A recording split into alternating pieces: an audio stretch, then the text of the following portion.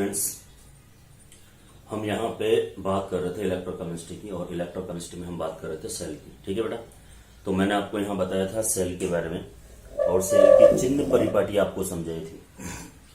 ठीक है, कि हम किस सेल का एनोड बनाएंगे, किस सेल का कैथोड बनाएंगे। अब मैं पहले बात कर लेता हूँ। पहले मैंने बात की थी आपसे गैल्वेनिक सेल की। तो गैल्वेनिक सेल के अंदर जो हमारे पास अर्ध अभिक्रिया थी, जो हाफ रिएक्शन थी, वो क्या थी? सामने देखिए, हमारे पास जो हाफ रिएक्शन थी वो हमारे पास थी यहाँ पर कि जिंक और Cu+2 बनाता है Zn+2 प्लस Cu। जहां भी आयंस होते हैं वो जलीय अवस्था में होते हैं, तो एक क्यू लिख देंगे बेटा, एक क्यू। ठीक है, क्योंकि जलीय अवस्था में ही आयंस मिलते हैं। इसमें तो हमें सबको पता है कि जिंक का छड़ है वो काम करता है एनोड का, और जो कॉपर का छड़ है वो काम करता है कैथोड का। लेकिन यहाँ पर अगर आपको कोई अलग रिएक्शन दे दी जाए तो आप उसको किस तरह से लिखोगे, बस थोड़ा सा ये समझना है आपको, है ना, और कुछ भी नहीं समझना। चलो जी, मैंने यहाँ पे दे दिया आपको Cu+2Ag बनाता है Cu+2 प्लस 2Ag। ये एक्वस और ये भी एक्वस फॉर्म में है। इस कंडीशन में आप किस तरह से लिखोगे और कैसे लिखोगे? ठीक है, तो अब आपको यहां कैसे पता चलेगा कि कौन सी छड़ एनोड है, कौन सी छड़ कैथोड है? तो मैंने आपको दो ट्रिक बता रखी है।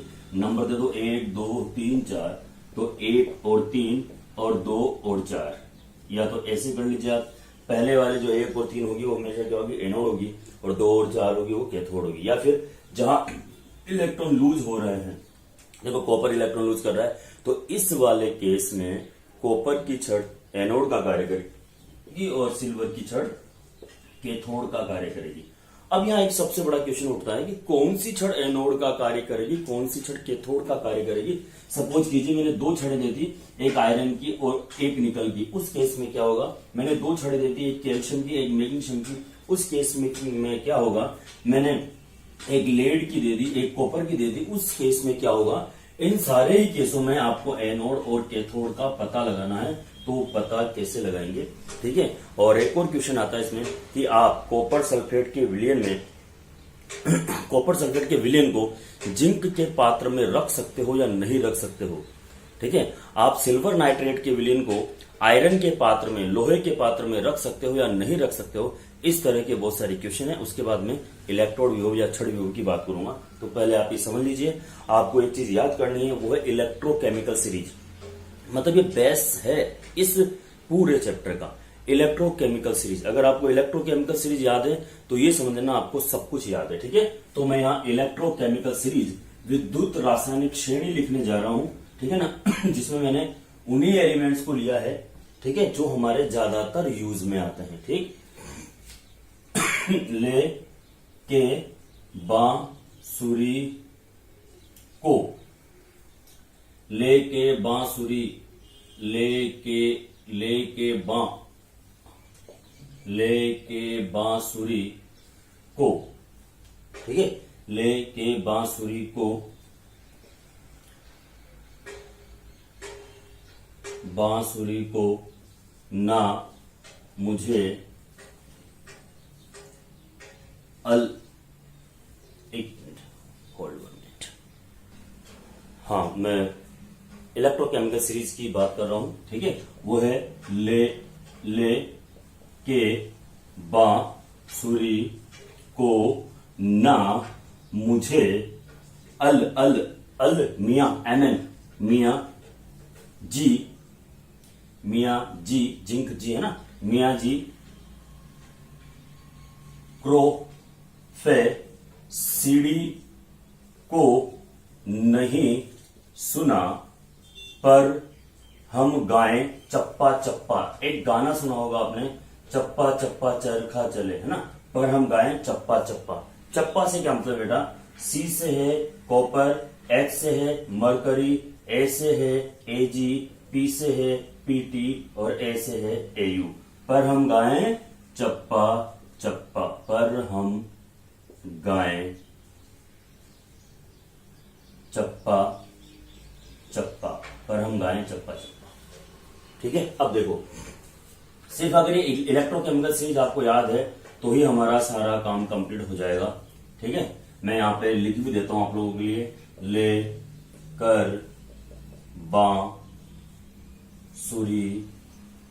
को ना मुझे, ठीक है, मुझे अल मियां जी जेडन जी जी क्रो जानते हो, क्रोफे है ना, COD को NI नहीं सुना, पर हम गाएं चप्पा चप्पा, पर हम गाएं चप्पा चप्पा। ठीक है सॉरी, पर हम गाएं चप्पा चप्पा। बस ये सीरीज हमें याद करनी है, यह है इलेक्ट्रोकेमिकल सीरीज। इस सीरीज को याद करने के बाद आपको ये पता रहेगा कि किसी भी सेल के अंदर जब दो छड़ हैं तो कौन सी छड़ एनोड बनेगी और कौन सी छड़ कैथोड बनेगी, या आप किस पात्र में किस लवण का, किस धातु का विलयन रख सकते हो या नहीं रख सकते हो, ये आपको पता चलेगा। तो ये चीज आपको समझना है। ठीक है, सामने देखना। लिथियम के मानक अपचयन विभव का मान है सबसे कम -3.07, -3.27 वगैरह वगैरह इस तरह से है, और ये बढ़ता ही जाता है। हाइड्रोजन का होता है 0.0, और फिर उसके बाद इन सबका होता है positive, copper, mercury, silver, PT, AU. ठीक है, तो ऊपर से नीचे आते हैं तो यहां अपचयन विभव का मान बढ़ता है, या मैं कहूं, सुनना ध्यान से, जिसके अपचयन विभव का मान जितना ऋणात्मक होता है, ठीक है, वो पहले इलेक्ट्रॉन त्यागेगा, पहले इलेक्ट्रॉन दान करेगा, और जो पहले इलेक्ट्रॉन दान करेगा वो बनेगा एनोड। बात समझ आ रही है मेरी आपको? जो पहले इलेक्ट्रॉन लूज करेगा, कौन करेगा? जो सीरीज में ऊपर आता है। और मैं कहता हूं ऊपर वाला सब कुछ कर सकता है, ऊपर वाला इलेक्ट्रॉन त्यागेगा, नीचे वाला इलेक्ट्रॉन ग्रहण करेगा। तो बात आपको समझ में आ गई होगी। अगर मैं यहां पर पोटेशियम और सोडियम की दो छड़े लेकर सेल बनाता हूं तो आप इसको याद कर लोगे तो खुद ही बता दोगे कि एनोड कौन सा होगा। ऊपर वाला एनोड होगा, क्योंकि वो पहले इलेक्ट्रॉन त्यागेगा। मैंने अभी भी आपको बोला था कि अगर आयरन और निकल दो छड़े लेकर मैं सेल बनाता हूं तो कौन सा एनोड होगा, कौन सा कैथोड होगा? आयरन पहले इलेक्ट्रॉन त्यागेगा, तो यहां पे ये काम करेगा किसका? एनोड का, और निकल काम करेगा कैथोड का। ठीक है, अब समझ में आया होगा आपको। ये जिंक ऊपर आ रहा है और कॉपर नीचे आ रहा है, तो गैल्वेनिक सेल के अंदर जिंक पहले इलेक्ट्रॉन लूज करेगा और कॉपर उस इलेक्ट्रॉन को ग्रहण करेगा। बात समझ में आया आपको? तो इस सीरीज को याद करना बहुत जरूरी है। यह है इलेक्ट्रोकेमिकल सीरीज। ठीक है, और इस इलेक्ट्रोकेमिकल सीरीज के आधार पर आप ये एनोड, कैथोड, लेफ्ट, राइट, देखिए आपको पता है हम सेल का विद्युत वाहक बल ज्ञात करते हैं। तो मैंने बताया था ई सेल बराबर पहले लेते हैं ई कैथोड माइनस ई एनोड। ये जो वैल्यू है ना वो यही दी जाती है वहां पर। आपने गैल्वेनिक सेल पढ़ा है, गैल्वेनिक सेल ई सेल, ठीक है, तो ये ई सेल है मेरे पास। ठीक है, और गैल्वेनिक सेल में कैथोड किसका बना होता है? कॉपर का, येलो Cu, और माइनस एनोड किसका बना होता है? जिंक का। ठीक है, जिंक Zn+2 से यहां लिख देता हूं, Zn से बनता है Zn+2 और Cu+2 से बनता है Cu। ठीक है, अब देखिए इस इलेक्ट्रोकेमिकल सीरीज के अनुसार कॉपर के इलेक्ट्रोड पोटेंशियल या रिडक्शन इलेक्ट्रोड पोटेंशियल की वैल्यू होती है 0.34 माइनस, और इसकी होती है 0.76 माइनस में। और जब हम इसको सोल्व कर रहे हैं तो यहां पे गैल्वेनिक सेल के मानक इलेक्ट्रॉन विभव का मान आता है 1.1 वोल्ट, 1.01 वोल्ट। ठीक है ना, या 1 के समथिंग हम इसको लिखते हैं। तो ये कैसे आया? ये इस वैल्यू के आधार पे आया है, इलेक्ट्रोड पोटेंशियल की वैल्यू। बात में है क्या? तो ये इलेक्ट्रोकेमिकल सीरीज आपको लर्न करनी है अच्छे से।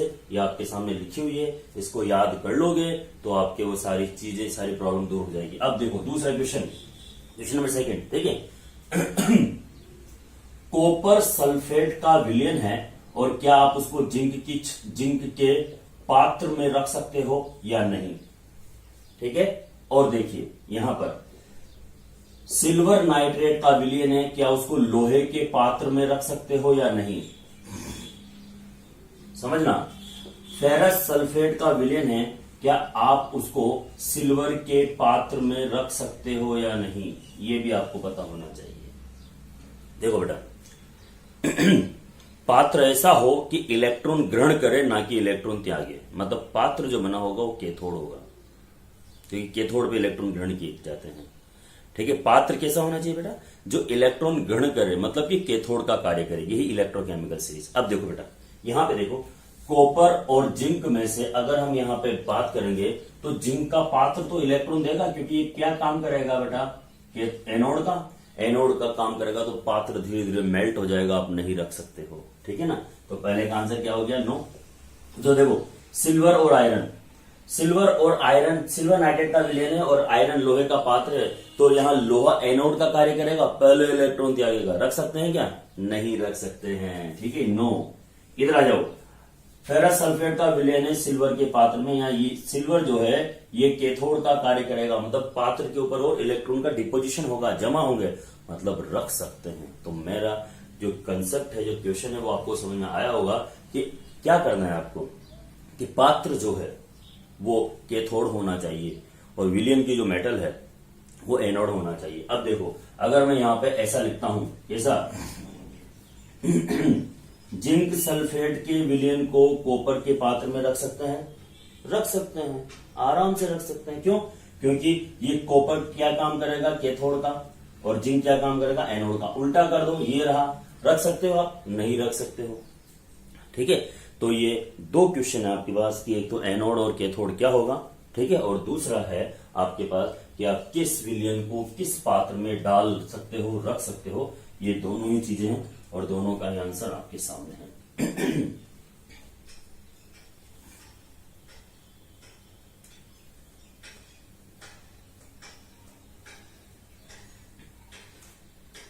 ठीक है, ये दोनों का आंसर आपके सामने है। आपको ये सारी की सारी चीजें आना चाहिए बिना टेंशन के। चलो जी, अब हम यहाँ पे थोड़ी सी बात कर लेते हैं आगे की, है ना।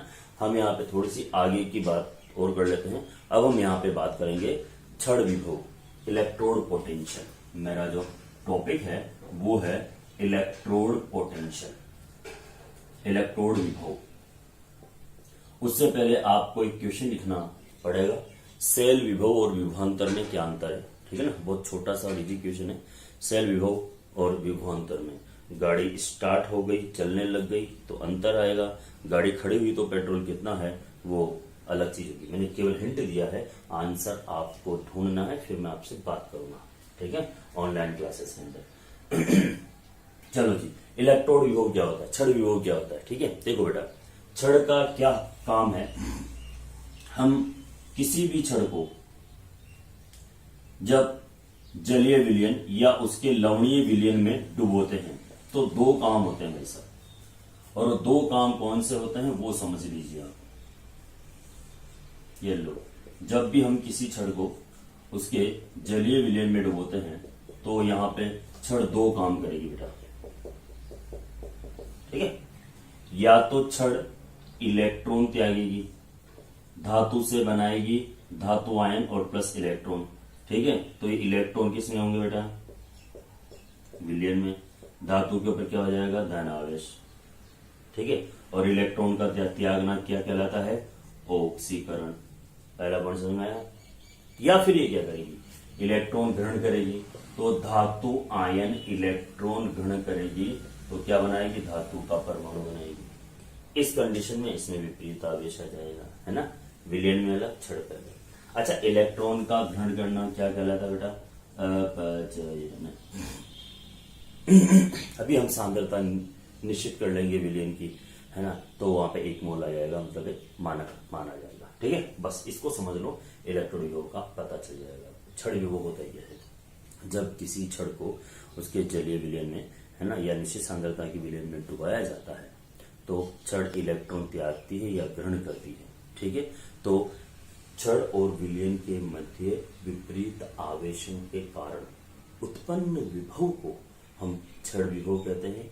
ये 2 प्रकार का होता है। अगर ऑक्सीकरण हो रहा है तो उसे बोलेंगे ऑक्सीकरण विभव, और अगर अपचयन हो रहा है तो उसे बोलेंगे अपचयन विभव। ठीक है, जब किसी छड़ को उसके जलीय विलयन में डुबाया जाता है तो वो इलेक्ट्रॉन त्यागती है या ग्रहण करती है, दो चीज करेगी। ठीक है, जिससे विलयन और छड़ों के मध्य विपरीत आवेश उत्पन्न होने के कारण, विलयन व छड़ के मध्य विपरीत आवेश उत्पन्न होने के कारण, ठीक है, उत्पन्न विभवांतर को या उत्पन्न विभव को छड़ विभव कहा जाता है।